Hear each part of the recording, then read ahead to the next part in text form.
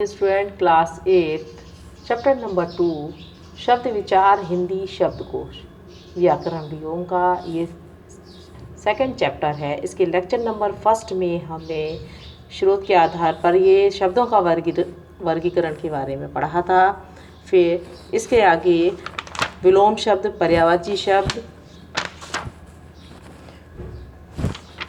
ये आदि आपकी इमेजेस सेंड कर दी। और इसके बाद है लेक्चर नंबर 3 में आता है भिन्नार्थक शब्द। इसके बारे में हम जानेंगे। आज हम पढ़ेंगे भिन्नार्थक शब्द क्या हैं। सम श्रुति भिन्नार्थक शब्द किसे कहते हैं।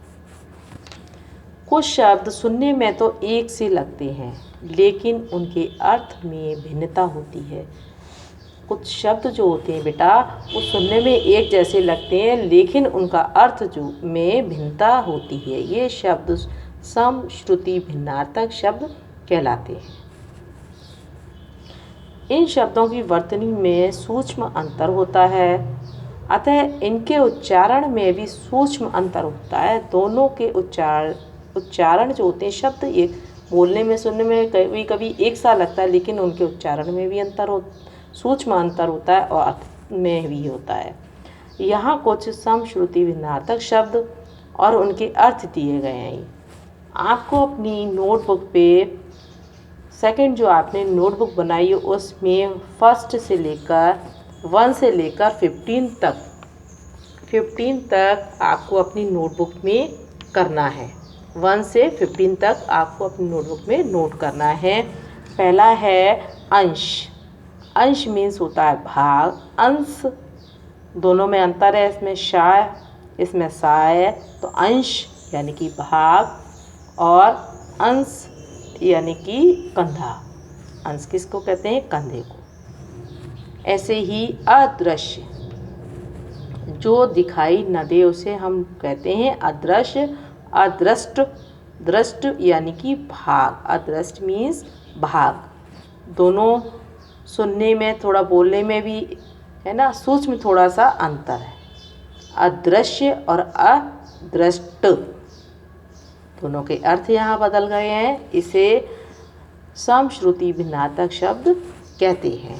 चलिए अब आगे पढ़ते हैं। नेक्स्ट 4 नंबर पे दिया है वाक्य खंड के लिए एक शब्द लिखना है। ये वाक्य खंड दिए हुए हैं फर्स्ट से 10 तक, 1 से 10 तक। ये भी आपको अपनी नोटबुक में करना है। जो आपने नोटबुक बनाई है सेकंड कॉपी, उसमें आपको लिखना है 1 से 10 तक आपको अपनी नोटबुक में कॉपी करना है। जो करने योग्य ना हो, अकरणीय, जिसकी कल्पना ना की जा सके, अकल्पनीय। इन शब्दों को, इन वाक्य खंड को लिखेंगे। इनके सामने एक शब्द आपको अपनी कॉपी में लिखना है। 1 से 10 तक आपको कॉपी में करना है। नंबर 4 प्रयोग के आधार पर। वर्गीकरण के 3 आधार आपको समझा दिए थे, पढ़ा दिए हैं। अब आता है लास्ट है आपका प्रयोग के आधार पर। इसको हम पढ़ेंगे और समझेंगे। प्रयोग के आधार पर शब्दों के 2 भेद होते हैं। का है विकारी शब्द और खा है अविकारी शब्द। सबसे पहले हम विकारी शब्द के बारे में पढ़ेंगे। विकारी शब्द क्या है? जिन शब्दों के रूप में लिंग, वचन, कारक, पुरुष, काल आदि के कारण विकार या परिवर्तन आ जाता है, उसे विकारी शब्द कहते हैं या विकारी शब्द कहलाते हैं। वो शब्दों के समझेंगे कौन कौन से होते हैं जिसमें लिंग, वचन, कारक, पुरुष, काल आदि के कारण विकार या परिवर्तन आ जाता है, उसे विकारी शब्द कहते हैं।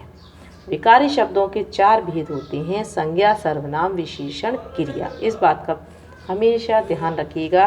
विकारी शब्दों के 4 भेद होते हैं। संज्ञा, सर्वनाम, विशेषण, क्रिया। सबसे पहले संज्ञा। संज्ञा लड़का, लड़की, लड़के, लड़कों, लड़कियों। सर्वनाम है वह, वे, उन्होंने, उसने, उसे, उसको, उन्हें।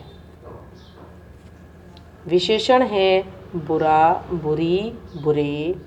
क्रिया है था, थी, थे और थीं। ये हमारी क्रिया है। खा नंबर पर है अविकारी शब्द। अविकारी शब्द के बारे में जानेंगे। जिन शब्दों के रूप में लिंग, वचन, कारक, पुरुष, काल आदि के कारण विकार या परिवर्तन नहीं होता है। देखिए, विकारी शब्दों में परिवर्तन होता है, अविकारी शब्दों में इनमें कोई परिवर्तन नहीं होता है। इसे अविकारी शब्द कहते हैं या अविकारी शब्द कहलाते हैं। अविकारी शब्दों के 4 भेद होते हैं। विकारी शब्दों के भी 4 भेद थे, संज्ञा, सर्वनाम, विशेषण, क्रिया, अभी हमने ऊपर पढ़ा है। और अविकारी शब्दों के भी 4 भेद हैं, क्रिया विशेषण, संबोधक, समुच्चय बोधक और विस्मय आदि बोधक। क्रिया विशेषण हाँ, नहीं, शीघ्र, जल्दी, कहाँ, क्यों, कब। संबंध बोधक में मैं, पर, ऊपर, तक, निकट, पास। समुच्चय बोधक तथा, और, की, लेकिन, क्योंकि, परंतु। विस्मय आदि बोधक में वाह, आहा, आहा, आह, शाबाश, ओह और छी, ये संबंध बोधक शब्द हैं। विकारी शब्द, अविकारी शब्द, इस तरीके से शब्दों का वर्गीकरण पूरा हुआ है। एक्सरसाइज की आपको इमेज सेंड कर दी जाएगी।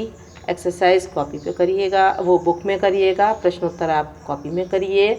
और विलोम, पर्यायवाची, भिन्नार्थक शब्द की इमेज सेंड कर दी जाएगी, वो भी आपको नोटबुक में करना है साफ साफ। Thanks student.